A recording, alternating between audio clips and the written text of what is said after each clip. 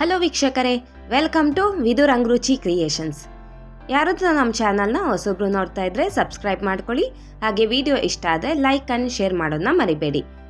ಬನ್ನಿ, ಹಾಗಾದರೆ ನಾನು ಇವತ್ತಿನ ವಿಡಿಯೋದಲ್ಲಿ ಬ್ರೆಡ್ ಸಮೋಸ ಹೇಗೆ ಮಾಡೋದು ಅಂತೇಳಿ ತೋರಿಸ್ಕೊಡ್ತೀನಿ. ಇದು ಬ್ರೆಡ್ ಸಮೋಸ ಚಾಟ್. ಇದನ್ನು ತುಂಬ ಸುಲಭವಾಗಿ ಟೇಸ್ಟಿಯಾಗಿ ನೀವು ಮಾಡ್ಕೊಳ್ಬೋದು. ಬನ್ನಿ ಹಾಗಾದರೆ ಹೇಗೆ ಮಾಡೋದು ಅಂತೇಳಿ ನೋಡೋಣ. ಮೊದಲಿಗೆ ನಾವು ಆಲೂಗಡ್ಡೆನ ಬೇಯಿಸ್ಕೋಬೇಕು. ಇಲ್ಲಿ ನಾನು ಒಂದು 4 ಚಿಕ್ಕ ಸೈಜ್ ಆಲೂಗಡ್ಡೆನ 4 ಭಾಗ ಮಾಡಿಕೊಂಡು ಹಾಕ್ಕೊಳ್ತಾ ಇದ್ದೀನಿ. ನೀವು ಕುಕ್ಕರಲ್ಲಾದರೂ ಬೇಯಿಸ್ಕೋಬೋದು ಅಥವಾ ಪಾತ್ರೆಲ್ಲಾದರೂ ಬೇಯಿಸ್ಕೋಬೋದು. ರುಚಿಗೆ ತಕ್ಕಷ್ಟು ಉಪ್ಪು ಹಾಕ್ಕೊಂಡು ನಾನು ಆಲೂಗಡ್ಡೆನ ಬೇಯಿಸ್ಕೊಳ್ತೀನಿ. ನೋಡಿ, ಈಗ ನಾನು ಆಲೂಗಡ್ಡೆನ ಬೇಯಿಸ್ಕೊಂಡು ಬಂದಿದ್ದೀನಿ. ಬೇಯಿಸ್ಕೊಂಡು ಅದ್ರ ಮೇಲಿರೋಂಥ ಸಿಪ್ಪೆನ ತಕ್ಕೊಂಡಿದ್ದೀನಿ. ಈಗ ನೋಡಿ, ಇದನ್ನು ನಾವು ಸ್ಮ್ಯಾಶ್ ಮಾಡ್ಕೊಳ್ಬೇಕಾಗತ್ತೆ. ನೀವು ಸ್ಮ್ಯಾಶರ್ ಇದ್ದರೆ ಸ್ಮ್ಯಾಶರಲ್ಲಾದರೂ ಸ್ಮ್ಯಾಶ್ ಮಾಡ್ಕೊಬೋದು ಅಥವಾ ಕೈಯಲ್ಲಾದರೂ ಸ್ಮ್ಯಾಶ್ ಮಾಡ್ಕೊಳ್ಳಿ.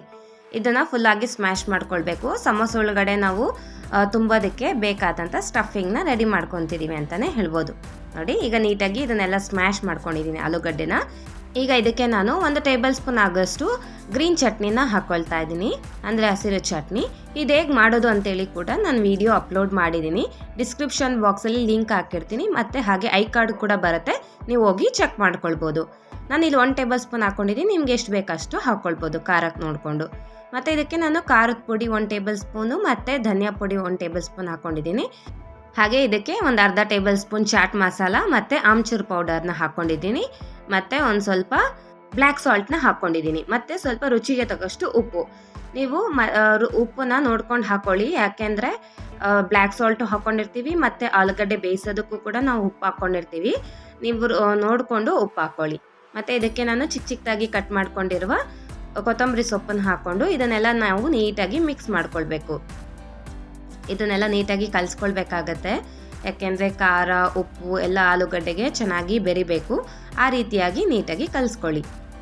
ನೋಡಿ, ಈಗ ನಾನು ನೀಟಾಗಿ ಕಲಿಸ್ಕೊಂಡಿದ್ದೀನಿ. ಸಮೋಸ ಮಾಡೋದಕ್ಕೆ ಸ್ಟಫಿಂಗ್ ರೆಡಿ ಆಗಿದೆ. ಬನ್ನಿ ಈಗ ಸಮೋಸನ ಮಾಡ್ಕೊಳ್ಳೋಣ. ಮೊದಲಿಗೆ ನಾನು 1 ಟೇಬಲ್ ಸ್ಪೂನ್ ಆಗೋಷ್ಟು ಮೈದಾ ಹಿಟ್ಟನ್ನು ಹಾಕ್ಕೊಂಡಿದ್ದೀನಿ ಒಂದು ಬಟ್ಲೆಗೆ. ಇದಕ್ಕೆ ನೀರು ಹಾಕ್ಕೊಂಡು ಸ್ವಲ್ಪ ನಾವು ಕಲಿಸ್ಕೊಳ್ಬೇಕಾಗತ್ತೆ ಪೇಸ್ಟ್ ರೀತಿಯಲ್ಲಿ.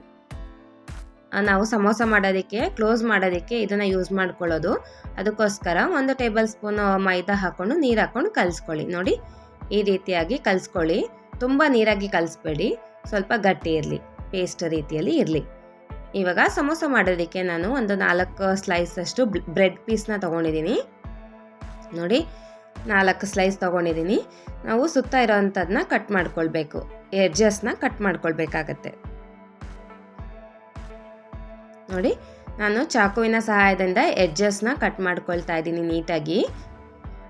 ಬ್ರೆಡ್ಡು ನೋಡಿಕೊಂಡು ತಗೊಳ್ಳಿ. ಪುಡಿ ಪುಡಿ ಆಗಿರೋಂಥ ಬ್ರೆಡ್ ತುಂಬ ಡ್ರೈ ಇದ್ದರೆ ಚೆನ್ನಾಗಿ ಬರೋದಿಲ್ಲ, ನೀವು ಸಮೋಸ ಮಾಡೋದಕ್ಕೆ ಬರಲ್ಲ. ತುಂಬಬೇಕಾದ್ರೆ ಏನಾಗುತ್ತೆ, ಎಲ್ಲ ಕಟ್ ಆಗಿಬಿಡತ್ತೆ, ನೀವು ತುಂಬಿ ಕರಿಯೋದಕ್ಕೆ ಬರೋದಿಲ್ಲ. ಅದಕ್ಕೋಸ್ಕರ ಬ್ರೆಡ್ಡು ನೋಡ್ಕೊಂಡು ತಗೊಳ್ಳಿ, ಸಾಫ್ಟಾಗಿ ಮೆತ್ತಗೆ ಇರಬೇಕು ಅಂಥ ಬ್ರೆಡ್ ತಗೊಳ್ಳಿ. ಪುಡಿ ಆಗುವಂಥ ಬ್ರೆಡ್ನ ತಗೊಳ್ಬೇಡಿ. ನೋಡಿ, ಈಗ ನಾನು ಎಡ್ಜಸ್ನೆಲ್ಲ ಕಟ್ ಮಾಡಿಕೊಂಡು ಈಗ ಚಪಾತಿ ಹೊಸೆಯೋದಿರತ್ತಲ್ವಾ, ಲಟ್ಟಣಿಗೆ ತಗೊಂಡು ನಾನು ತೀಡ್ಕೊಳ್ತಾ ಇದ್ದೀನಿ.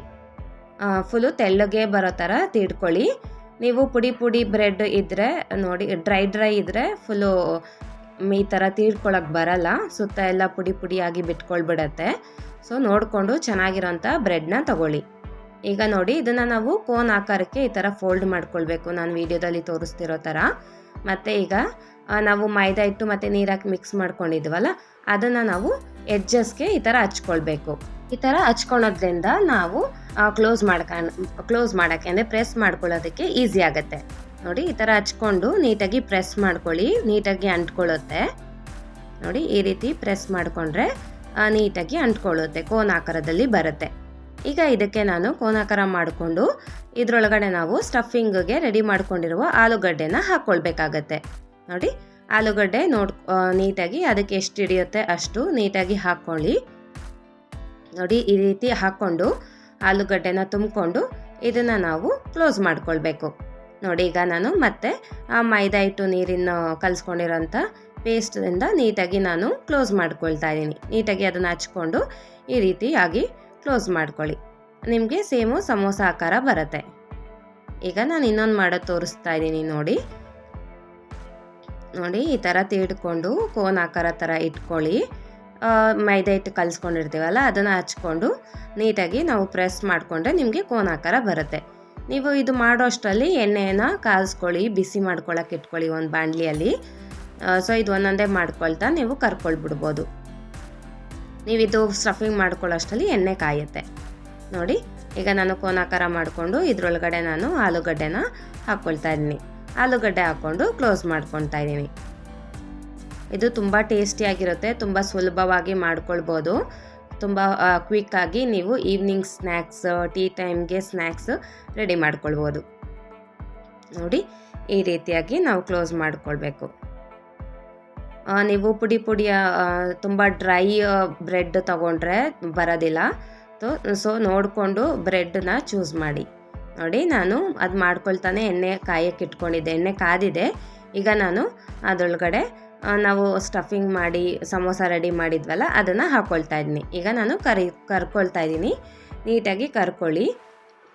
ಇದನ್ನು ಮೀಡಿಯಮ್ ಫ್ಲೇಮಲ್ಲಿ ಇಟ್ಕೊಂಡು ಕರ್ಕೊಳ್ಳಿ.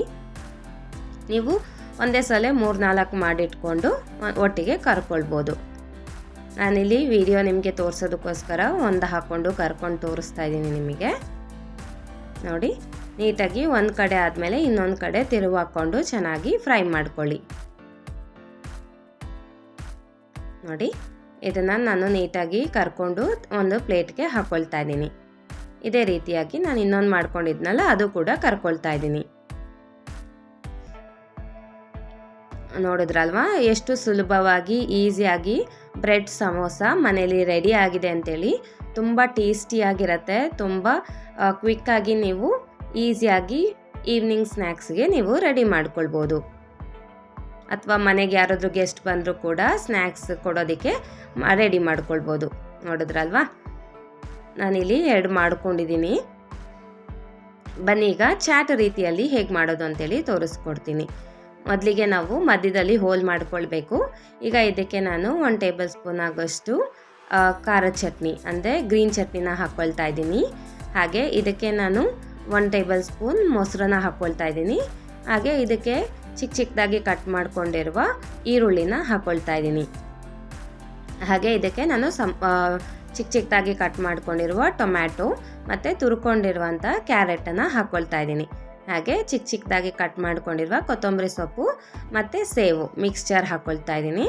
ನೋಡಿದ್ರಲ್ವಾ ಈ ರೀತಿಯಾಗಿ ಸಮೋಸ ಚಾಟ್ ಎಷ್ಟು ತುಂಬ ಸುಲಭವಾಗಿ ರೆಡಿಯಾಗಿದೆ ಅಂತೇಳಿ.